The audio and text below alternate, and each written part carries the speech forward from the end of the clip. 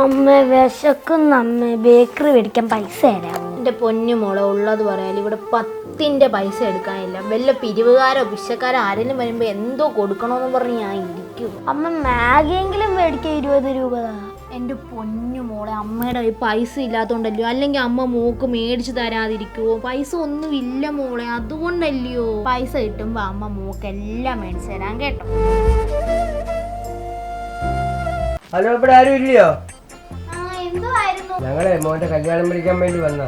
ആണോ? എന്നാ കേറി വന്നാട്ടെ. മോളെ എന്നാ പൈസ അപ്പുറത്തെ ഹരികുട്ടമാമന്റെ കടയിൽ പോയി എന്തെങ്കിലും ബേക്കറി സാധനം മേടിച്ചോണ്ട് വാ. ഞാൻ ചോദിച്ചു 20 പോലും അമ്മ തന്നില്ല.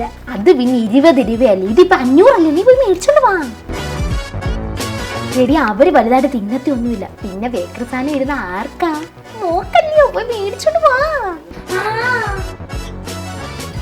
എന്നാ ചേച്ചി കഴിക്കോ? വേണ്ടായിരുന്നു. ഈശ്വര, ഒരു ചെങ്ങായിരിക്കാൻ മതിയായിരുന്നു. ചേച്ചി പെണ്ണിന്റെ വീട് എവിടാ? അടൂര. നിന്റെ കാര്യമല്ലേ ചോദിച്ച? കല്യാണപ്പെണ്ണിന്റെ കാര്യമല്ലേ ചോദിച്ച? ആ കല്യാണ പെണ്ണിന്റെ വീട് എവിടാ? അത് അടൂര്.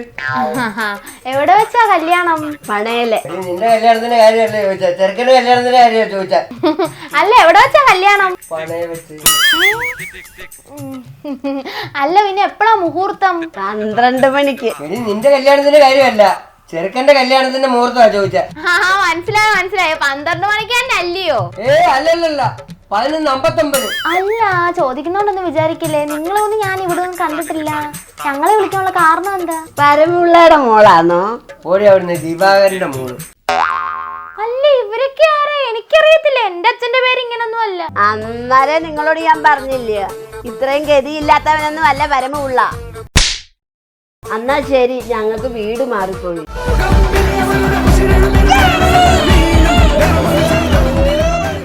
എടി കടന്ന് തുള്ളുന്നോണം കുറച്ച് എനിക്ക് വെച്ചേക്കണം, മൊത്തം തിന്നേക്കരുത്. അത് പൈസ വെച്ച് തരാഞ്ഞല്ലോ, മൊത്തം ഞാൻ എടുത്തു. ഞാൻ കണ്ടോ ഇതിനകത്തിരുന്ന് മിച്ചാറെന്തേ? ഞാനൊന്നും എടുത്തില്ല. എന്നാ ശരി, ഞങ്ങൾക്ക് വീട് മാറിപ്പോയി. ചേട്ടാ ഇപ്പൊ വരാം ഞാൻ.